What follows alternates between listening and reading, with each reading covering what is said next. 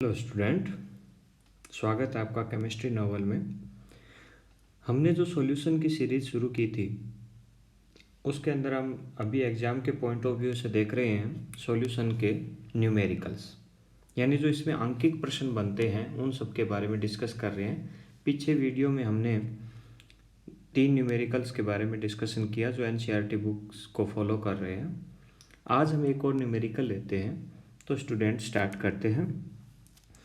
Numerical है, question दिया हुआ है यदि 22 gram benzene 122 gram carbon tetrachloride में घुली हो तो बेंजीन एवं कार्बन टेट्राक्लोराइड के द्रव्यमान प्रतिशत की गणना करो। तो हमें थोड़ा अंदाज़ा लग गया कि हमें कैलकुलेट क्या करना है, द्रव्यमान प्रतिशत। Calculate the mass percentage of benzene and carbon tetrachloride if 22 gram of benzene is dissolved in 122 gram of carbon tetrachloride।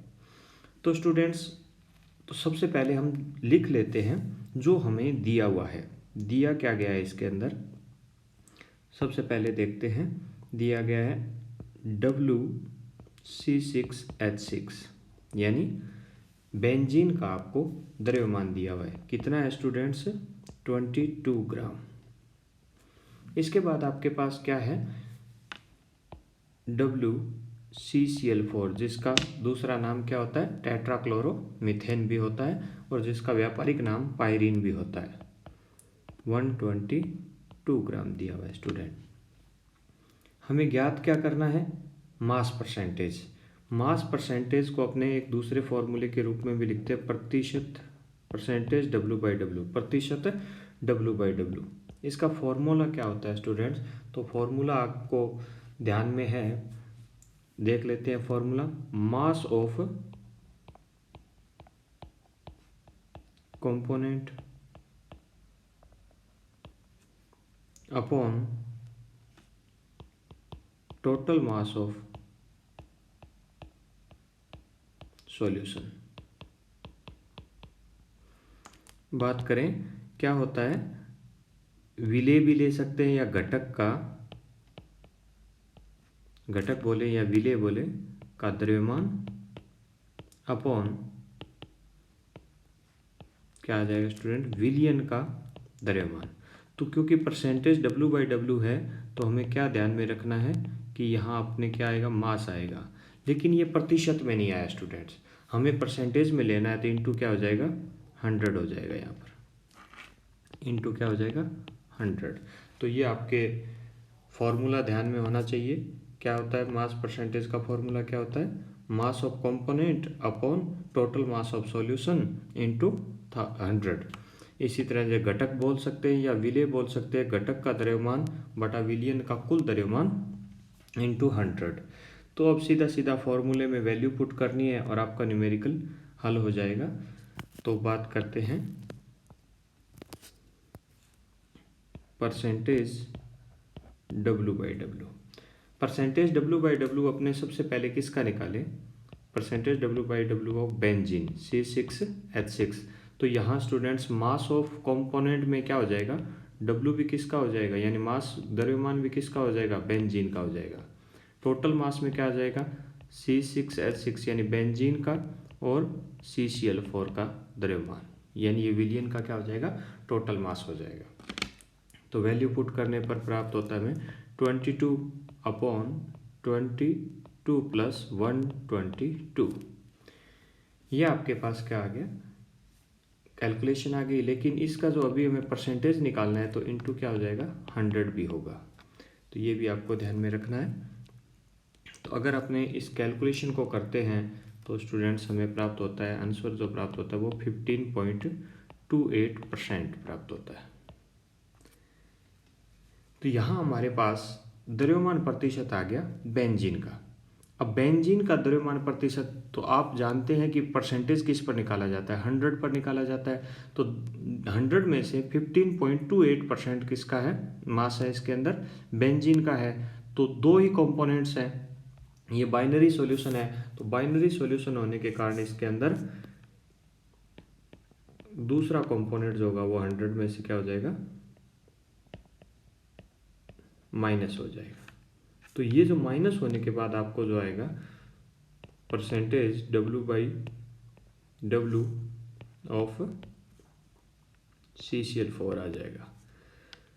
तो अगर अपने इसको कैलकुलेट करें तो आएगा आपके पास 18.72%। ये क्या है स्टूडेंट्स, यहाँ है CCl4 का मास परसेंटेज। वरना अगर आप करना चाहो तो CCl4 का percentage W/W of CCl4 calculate करोगे तो मास ऑफ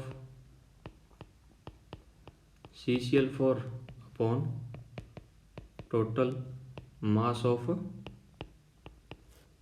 सॉल्यूशन और परसेंटेज निकालना है तो इंटू 100 हो जाएगा। तो अगर आप इसकी वैल्यू को पुट करोगे तो 122 ग्राम हमें न्यूमेरिकल्स में दिया हुआ है CCl का मास, और 22 प्लस 122 क्या है, टोटल मास है, इंटू 100 हो जाएगा। ये अगर आप कैलकुलेशन करोगे तो 84.72% क्या आएगा students, mass percentage of CCl4 आएगा। तो आई थिंक आपको न्यूमेरिकल समझ में आ गया होगा ये, कि सीधा सीधा न्यूमेरिकल दिया हुआ है कि मास परसेंटेज कैलकुलेट करना है। तो इसके लिए हमें ये चीज़ मास परसेंटेज का फॉर्मूला पता होना चाहिए। अगर हमें मास परसेंटेज का फॉर्मूला पता है तो हम सीधा सीधा वैल्यू को पुट करके इस कैलकुलेशन को कर सकते हैं। नेक्स्ट न्यूमेरिकल लेते हैं स्टूडेंट्स। नेक्स्ट न्यूमेरिकल में क्या दिया हुआ है, ध्यान से किसी भी न्यूमेरिकल को करने से पहले आप 2 बार पढ़िए। अगर आप 2 बार उसको अच्छी तरह पढ़ोगे तो आप इसको समझ पाओगे। 1 विलियन में बेंजीन का 30% द्रव्यमान कार्बन टेट्राक्लोराइड में घुला हुआ हो तो बेंजीन के मोल भिन्न की या मोल अंश की गणना कीजिए। Calculate the mole fraction. तो क्या पूछ रहा है हमें, यहाँ से पता चल गया मोल फ्रैक्शन पूछ रहा है। अब इस पर्टिकुलर न्यूमेरिकल के अंदर, इस प्रश्न के अंदर बेंजीन के मोल फ्रैक्शन पूछ रहा है। दिया हुआ क्या है, अब पहले हम देखते हैं कि अभी अगर मोल फ्रैक्शन बात करें, मोल फ्रैक्शन या मोल भिन्न की बात करें, मोल अंश की बात करें, तो मोल अंश का फॉर्मूला क्या होता है। मोल अंश का फॉर्मूला स्टूडेंट, किसी भी सॉल्यूशन के अंदर कई कंपोनेंट्स होते हैं, उन कंपोनेंट्स में केमिस्ट्री में हम उसकी द्रव्यमान की या जो इसकी मात्रा को है हम किस में, ग्राम में नहीं लेकर के जनरली किस में लेते हैं, मोल में लेते हैं। तो टोटल मोल जो उस सॉल्यूशन के अंदर या उस मिक्सचर के अंदर टोटल मोल्स हैं, उस मोल में उस कंपोनेंट के मोल का परसेंटेज ना बोल करके उस टोटल कंपोनेंट्स है ना, उस टोटल कंपोनेंट्स के मोल में उसका पार्ट्स कितना है मोल का उस कंपोनेंट का, तो हो जाएगा घटक के मोल यानी कंपोनेंट्स के मोल अपॉन विलियन, मिश्रण बोल सकते हैं, विलियन बोल सकते हैं, मिश्रण या विलियन के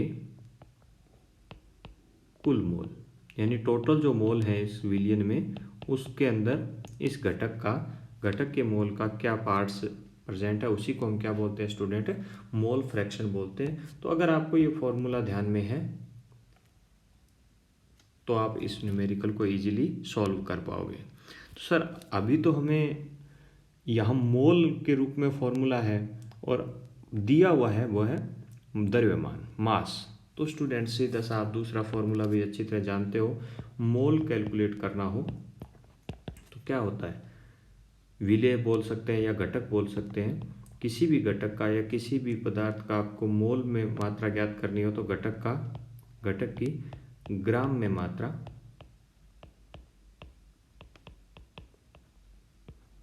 अपॉन घटक का आणविक द्रव्यमान, मोलिकुलर वेट जिसको बोलते हैं, gram quantity of component upon molecular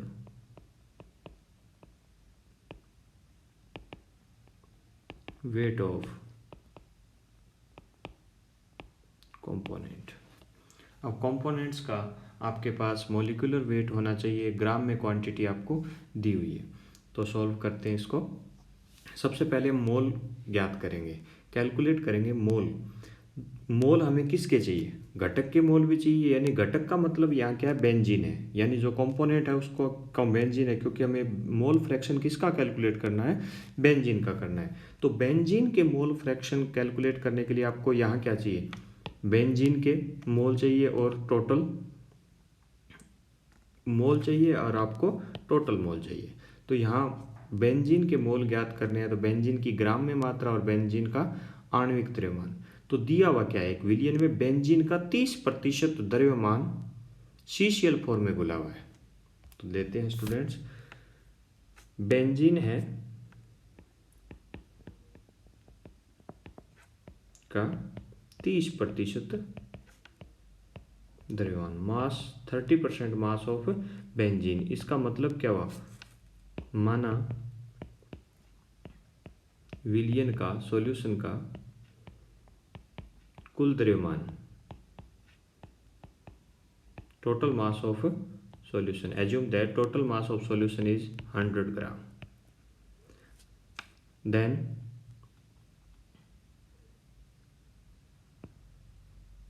mass of benzene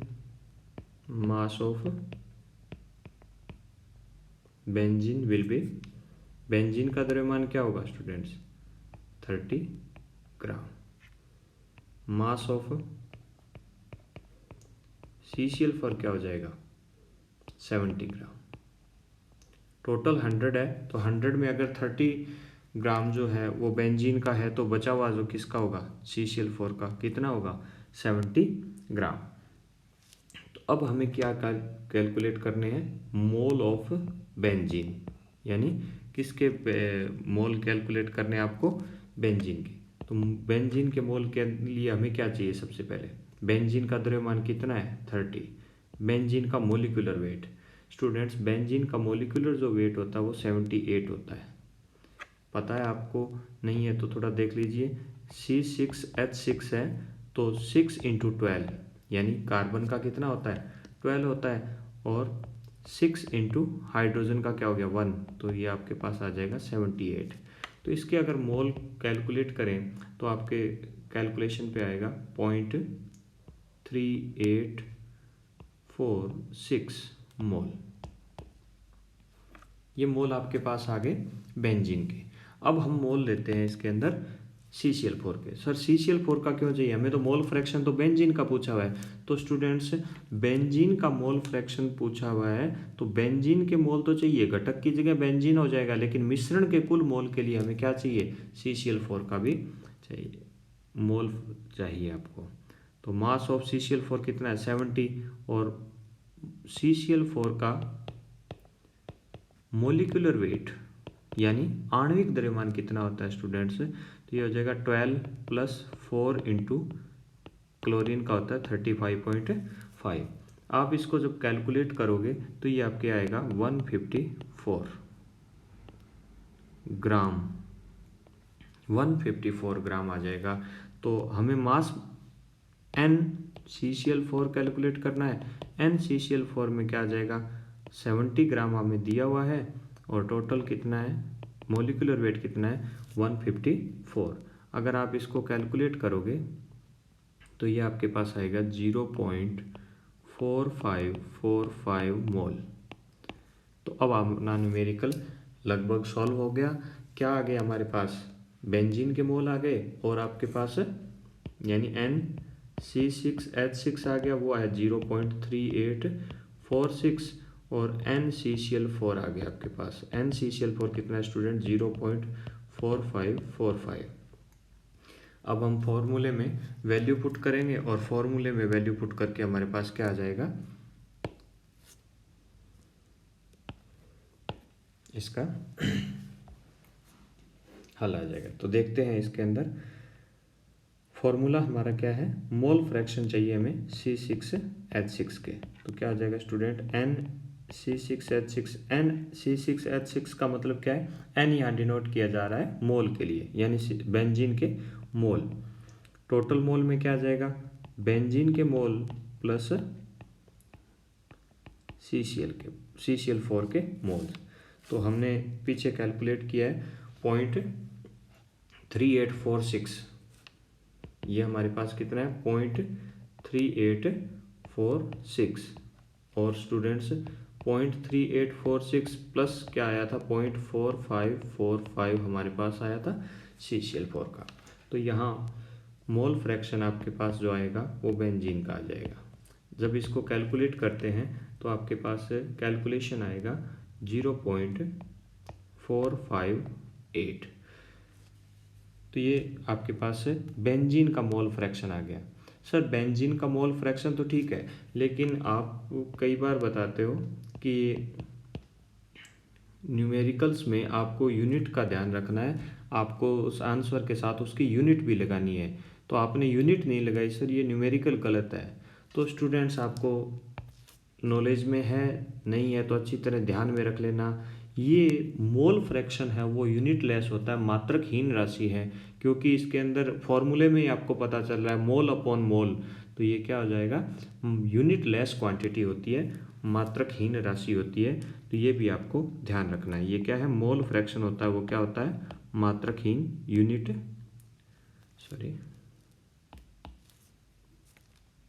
मात्रकहीन राशि है, ये आपको यूनिट लेस है। अब सर अगर इसमें XCCl4 पूछ लेता तो आपके लिए बहुत ही ईजी हो जाएगा स्टूडेंट्स। XCCl4 क्या हो जाएगा, अगर ये कैलकुलेट करना हो तो आपको ध्यान में होना चाहिए किसी भी विलियन में जितने भी कंपोनेंट्स होते हैं उन सब के मोल भिन्न का जो टोटल सम होता है, योग जो होता है वो हमेशा क्या होता है 1 होता है। तो अब इसको कैलकुलेट करना बहुत ही आसान हो जाएगा। XCCl4 इस तरह आप क्या करोगे, XCCl4 निकालना हो तो 1 में से क्या कर दोगे 0.458 माइनस कर दोगे, तो XCCl4 क्या हो जाएगा 1 माइनस XC6H6। तो XCCl4 क्या हो गया 1 माइनस 0.458। ये अगर अपने कैलकुलेट करते हैं तो आपके पास इसका जो आंसर आएगा वो हम देख लेते हैं 1.000458। तो क्या आएगा स्टूडेंट्स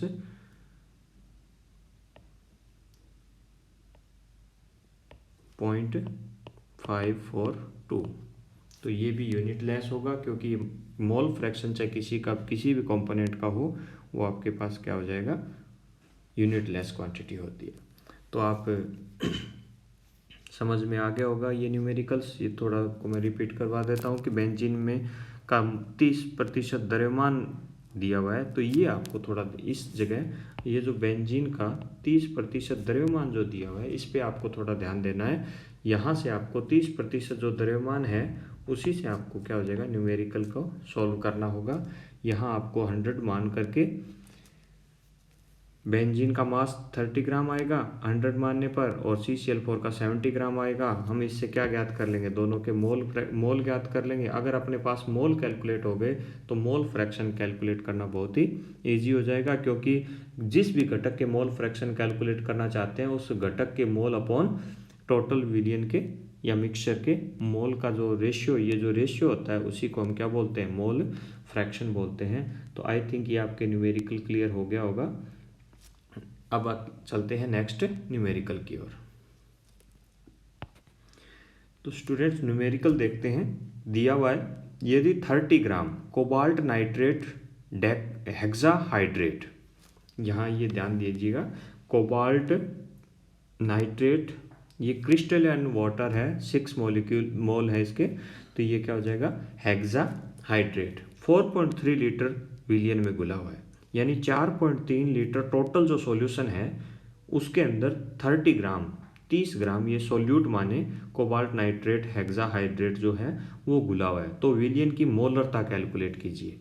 तो स्टूडेंट्स आपको पता होना चाहिए मोलरता का, सबसे पहले अपने जो दिया हुआ है वो लिख लेते हैं। W दिया हुआ है किसका, कोबाल्ट नाइट्रेट हेक्साहाइड्रेट का हमें W यानी मास दिया हुआ है, वेट जो दिया हुआ है वो कितना दिया हुआ है 30 ग्राम दिया हुआ है।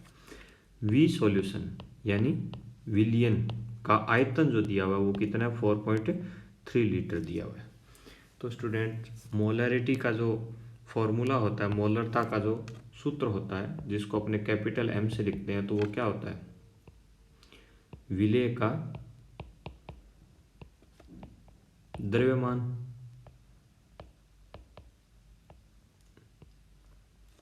ये हम क्या लेते हैं, ग्राम में। विलेय का आणविक द्रव्यमान, मोलिकुलर वेट, ये क्या बन जाएगा स्टूडेंट, ये बन जाएंगे विलेय के मोल, क्योंकि मोलरता की डेफिनेशन जो होती है कि विलियन के 1 लीटर आयतन में उपस्थित विलेय के मोलों की संख्या क्या कहलाती है, उस विलियन की मोलरता कहलाती है। The total moles of which are present in 1 litre solution is known as their molarity. तो यहाँ आपको क्या लेना है, वी सॉल्यूशन यानी विलियन का आयतन लेना है। यहाँ आपको ध्यान क्या रखना है, जो विलियन का आयतन जो लोगे, विलियन का जो वॉल्यूम लोगे सॉल्यूशन का, वो लीटर में लेना है, हमेशा किस में लेना है, लीटर के अंदर। अगर ml में दिया हुआ है तो आप उसको 1000 से डिवाइड करके लीटर में चेंज कर लोगे। तो मोलैरिटी का क्या हो जाएगा, mass of solute upon molecular weight of solute into volume of solution. और ये जो वॉल्यूम ऑफ सॉल्यूशन होगा वो क्या होगा स्टूडेंट्स, लीटर में होगा। तो इस फॉर्मूले में हमें वैल्यू क्या चाहिए, मास ऑफ सॉल्यूट जो हमें दिया हुआ है, जो कोबाल्ट नाइट्रेट का जो आपको मास दिया हुआ है वो क्या है, मास ऑफ सॉल्यूट है। 4.3 लीटर सॉल्यूशन है तो वी सॉल्यूशन भी आपको दिया हुआ है। मोलिकुलर वेट चाहिए कोबाल्ट नाइट्रेट हेक्साहाइड्रेट का, तो इसके अंदर आपको ध्यान देना है,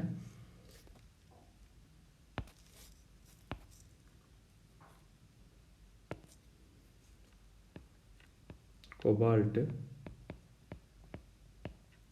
नाइट्रेट हेक्साहाइड्रेट का जो आणविक द्रव्यमान है वो हमें कैलकुलेट करना है। पहले आणविक द्रव्यमान, मोलिकुलर वेट जो होता है स्टूडेंट्स, कोबाल्ट का होता है 59 प्लस, अब यहाँ आपको 2 से मल्टीप्लाई करना पड़ेगा, क्योंकि नाइट्रेट क्या है कि 2 मॉलिक्यूल हैं, इसके अंदर नाइट्रोजन का होता है 14 प्लस 3 इंटू 16, क्योंकि ऑक्सीजन का होता है 16 और ये ऑक्सीजन कितने हैं 3,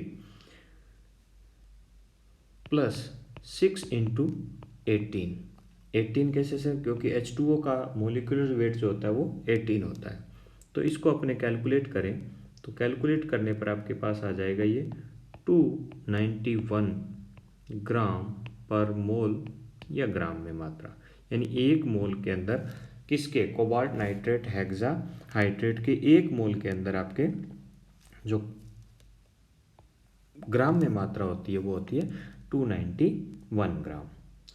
अब हमें क्या चाहिए, हमें चाहिए मोलैरिटी। मोलैरिटी का फॉर्मूला हम लिख चुके हैं, मोलैरिटी क्या हो गया, mass of solute upon molecular weight of solute into volume of solution. तो स्टूडेंट इसको अब हल करते हैं, अपने सॉल्व करते हैं। मास ऑफ आपको दिया हुआ है सोल्यूट में क्या दिया हुआ है, कोबाल्ट नाइट्रेट हेक्साहाइड्रेट का 30 ग्राम, तो अपने ले लेते हैं 30 ग्राम अपॉन 291, इसका क्या हो गया, मोलिकुलर वेट हो गया। वॉल्यूम कितना दिया हुआ है, 4.3 लीटर दिया हुआ है। अब आप इसको जब हल करोगे तो इसका जो कैलकुलेशन आएगी स्टूडेंट वो आएगी 0.023, ये आपका सॉल्यूशन हो गया। तो आपका पक्का अगर 2 नंबर का न्यूमेरिकल है तो आधा नंबर कट हो गया। क्यों सर, सही न्यूमेरिकल किया है, गणनाएं वगैरह सारी सही की है। तो स्टूडेंट्स मैंने अभी पिछले न्यूमेरिकल में बात की थी, न्यूमेरिकल का आंसर अधूरा है अगर आप इसके अंदर क्या नहीं लगा रहे हो, यूनिट नहीं लगा रहे हो। तो इसका वो जो हम पिछले न्यूमेरिकल में कैलकुलेट कर रहे थे वो मोल फ्रैक्शन था, जो क्या होता है यूनिट लेस होता है, लेकिन मोलैरिटी में आपको क्या लगाना है, या तो आप लगाओगे मोल पर लीटर या आप क्या लगाओगे कैपिटल एम, इन दोनों में से कोई भी आप या तो ये लगा दो या फिर 0.023 कैपिटल एम, इन दोनों में से जो भी आप लिखते हो वो दोनों सही है। तो आई थिंक आपके ये समझ में आ गया होगा कि इस न्यूमेरिकल में ज़्यादा कुछ अलग से कुछ नहीं है, लेकिन ध्यान देने वाली बात है ये जो आप इसका मोलिकुलर वेट लोगे स्टूडेंट्स, तो इस पूरे का मोलिकुलर वेट लेना है। कोबाल्ट नाइट्रेट हेक्साहाइड्रेट पूरे का मोलिकुलर वेट लेना है, जो आएगा आपके पास है 291। तो इस प्रकार आप क्या कैलकुलेट कर लोगे, मोल कैलकुलेट कर लोगे कोबाल्ट नाइट्रेट हेक्साहाइड्रेट के, और उसके अंदर 4.3 का डिवाइड यानी उसके वॉल्यूम का डिवाइड करने पर आपके पास क्या आ जाएगा, इसकी कंसंट्रेशन आ जाएगी मोलरिटी में, मोलरता में इसकी क्या आ जाएगी, सांद्रता आ जाएगी। तो नेक्स्ट अगला जो न्यूमेरिकल लेते हैं वो देखते हैं, विलियन की मोलरता क्या होगी। यहाँ भी ये क्या पूछ रहा है, मोलरिटी। क्या पूछ रहा है स्टूडेंट, मोलरिटी पूछ रहा है।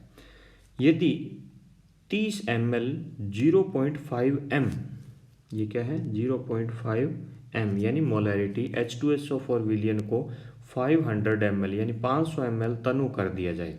Calculate the molarity of solution if 30 ml 0.5 m H2SO4 solution is diluted to 500 ml। तो इसके लिए आपको एक फॉर्मूला ध्यान में रखना है, क्योंकि सेम ही सॉल्यूशन है, इक्वल वही सॉल्यूशन है, इसलिए हमें क्या करना है, M1V1 बराबर M2V2 वाला फॉर्मूला पुट करना है। तो सर ये M1V1 बराबर M2V2 का कैसे किया, आप क्यों लगाएंगे ये फॉर्मूला, क्योंकि स्टूडेंट जो आपके पास एक 0.5 m मोलरिटी का जो सॉल्यूशन है उसके 30 ml है, यानी उस सॉल्यूशन के आपके पास 30 ml है जिसकी जो कंसंट्रेशन है वो क्या है 0.5 ml। अब क्या कर रहा है, इसी सॉल्यूशन के अंदर क्या कर रहा है वो H2O डाल रहा है, ताकि इस 30 ml को वो क्या कर दे 500 ml तक डाइल्यूट कर दे। तो इसकी मोलरिटी यानी इसने क्या नहीं डाला, इसमें सोल्यूट की मात्रा नहीं डाली, इसने सिर्फ सॉल्वेंट यानी विलायक की मात्रा डाल करके इसको डाइल्यूट किया है। तो हमें इसके अंदर आपको फॉर्मूला पुट करना है M1V1 बराबर M2V2। तो M1 हमारे पास क्या है, इसकी मोलरिटी दी हुई है स्टूडेंट, वो है कितनी है 0.5 m।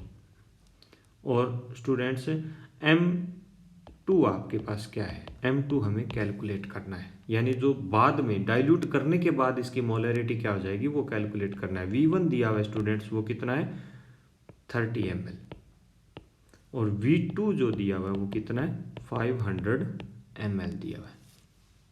तो सीधा सा न्यूमेरिकल है, फॉर्मूले में वैल्यू को पुट कर दो और वैल्यू पुट करने पर क्या आ जाएगा, आपका आंसर आ जाएगा M1V1 इक्वल्स टू क्या है M2V2। तो M1 अपने को दिया हुआ है 0.5 और V1 कितना है 30 है, ml के अंदर है। M2 हमें कैलकुलेट करना है और V2 हमें कितना उसके डाइल्यूट कर दिया, कितने ml तक डाइल्यूट कर दिया 500 ml तक डाइल्यूट कर दिया।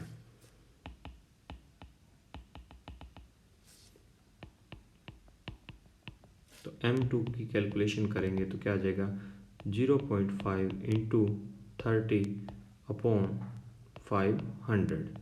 ये जब आप इस कैलकुलेशन को करोगे तो आपके पास आएगा स्टूडेंट 0.03 m यानी मोलरिटी।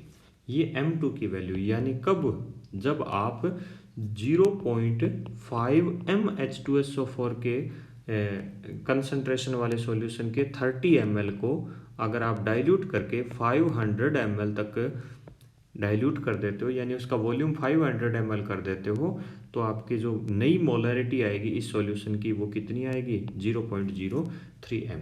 इस तरह आपने 12th केमिस्ट्री के अंदर न्यूमेरिक प्रैक्टिकल में भी करते हैं M1V1 वाला जो टाइट्रेशन होती है, तो उसी तरह का ये आपके पास है, ये न्यूमेरिकल है जिसको आप इजीली कर सकते हो। तो स्टूडेंट्स आई थिंक आपको ये सारे न्यूमेरिकल समझ में आ गए होंगे। आज हमने मेनली जो न्यूमेरिकल किए वो थे मोल फ्रैक्शन, यानी मोल भिन्न पर, और दूसरा था मोलैरिटी पर। आपका क्या कैलकुलेट करनी थी? मोलरता और मोल फ्रैक्शन। तो इनसे बाहर 12th बोर्ड एग्जाम में इन न्यूमेरिकल से बाहर कोई बाहर नहीं आएगा। तो आप इसको अच्छी तरह कैलकुलेट कीजिए। यहाँ आपको एक चीज़ ध्यान रखनी है, जो ये कैलकुलेशन है उसको आपको करके देखनी है, वरना एग्ज़ाम के अंदर क्या होता है कि हम सीधा कैलकुलेशन पहले करके न्यूमेरिकल करके देखते नहीं हैं और फिर अचानक उस कैलकुलेशन में